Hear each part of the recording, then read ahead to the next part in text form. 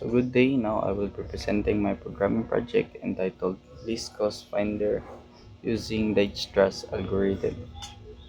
Uh,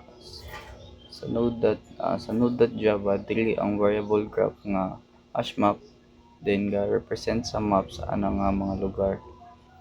Then sa diri mao ni ang constructor sa node class. So sa paghimo sa usa ka nodes object kini nga linya nag-set sa graph nga usa ka bag-ong hash map aron dito i-store ang mga lugar ug ilang mga connection. Dili gi-check if nag-exist ba ang starting place. Kung wala, dito mabutang sa list connection, sa empty list connection. Dayon dili gi-check pod ang destination, din dapat nga ga-exist pod ang starting place aya magaman og connection. So paghuman og add sa place, gi-add dayon sa edges and destination ug ang cost. Kani reverse connection ni para mahimong undirected ang graph. So kani dili lang gina-check kung naa ba ang place nga gi-input sa user. So edges sa Java kini is dili gipang store ang information sa asa ka moadto din kung pila ang cost ana nga traverse. Dijkstra's dili nga class mag-calculate sa lowest per cost, and then mag-check sa mga path, then pila ang ilang total cost. So sa kani hash map distance, dili nga method mangita asa maka-less route, then distance hash map gi-store dili ang minimum cost, then during period gina-store pod kung asa ang mga naagian. So iterator, graph mapa sa lugar, then keset kuhaon tanang ngalan sa lugar, then iterator dili na mag-loop. So samtang napay lugar nga wala pa ma-process, so padayon gyapon ang pag-loop.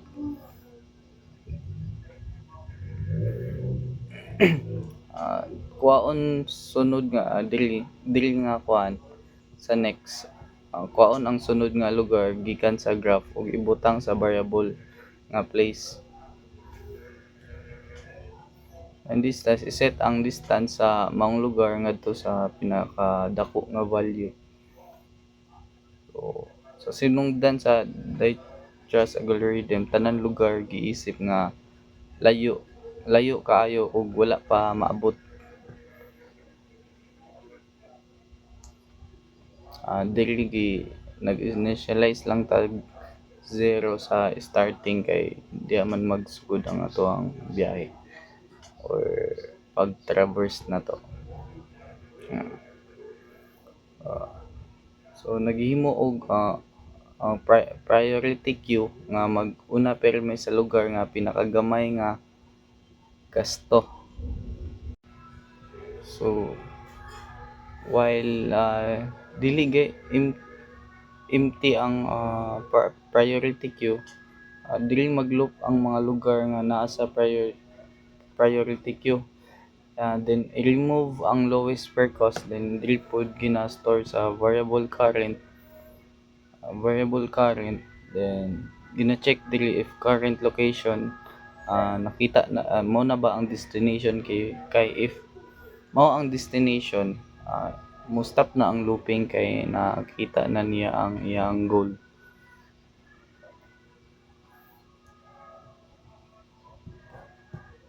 Dili ginaloop tanan connected edges sa current place.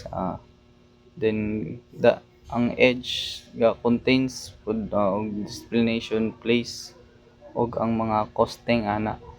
Then dili na dayon gi-add ang cost ana nga mga path nga na traverse niya.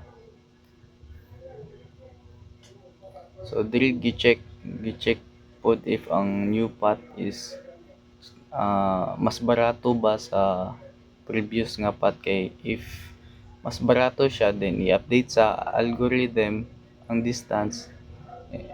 So mo ni importante sa Dijkstra's algorithm, kay if makita siyang mas barato, mo to iyang i-save or ma-update siya, ma-update ang iyang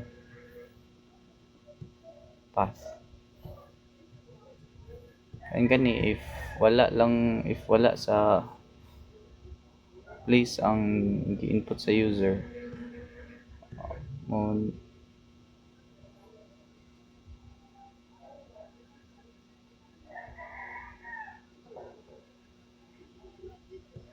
so this codes here starts the path reconstruction by creating a list settings in the destination as the first step and preparing to trace the path backwards.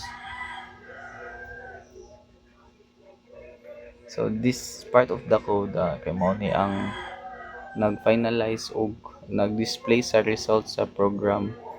Una gi-reverse ang path kay earlier gi-construct man siya backwards. Gikan sa destination padulong sa starting place. So after i-reverse, sakto na ang order sa path gikan na sa start padulong sa destination, dayon print sa program ang list, fare cost, route o makita ang mga places nga connected pinaagi sa arrows. Then gi-display pod ang total fare cost in pesos, PHP, bisa distance nga nag-compute sa algorithm. Then lastly, gi-print ang path traverse nga mao gyapon ang route nga naagian padulong sa destination. So kani ako main program, ako siyang gihimuan og adjacency matrix para makita nako ang iyang output if sakto ba. So if i-check nato, kunyari dili ta sa Mr. DIY to, let's say, Lasang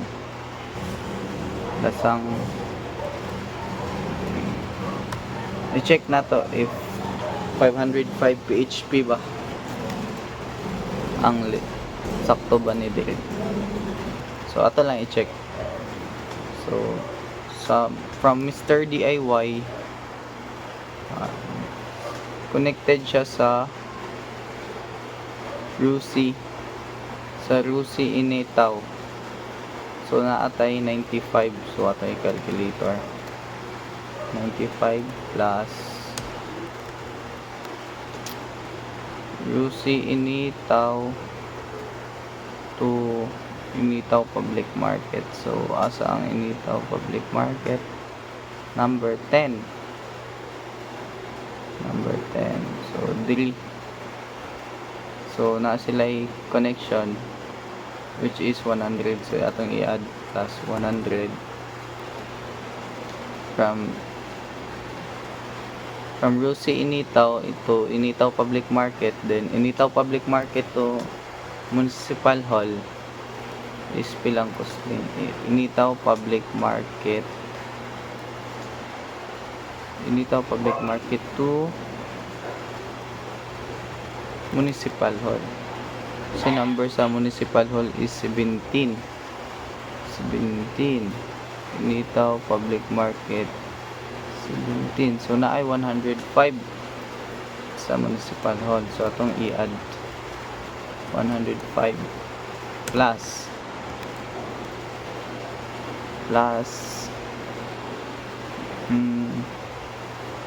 Municipal Hall to New Municipal Hall of Initaw. So Municipal Hall to New pila 18. Sa 18 nakuha na atay 100. So ato na pong i-add plus 100 plus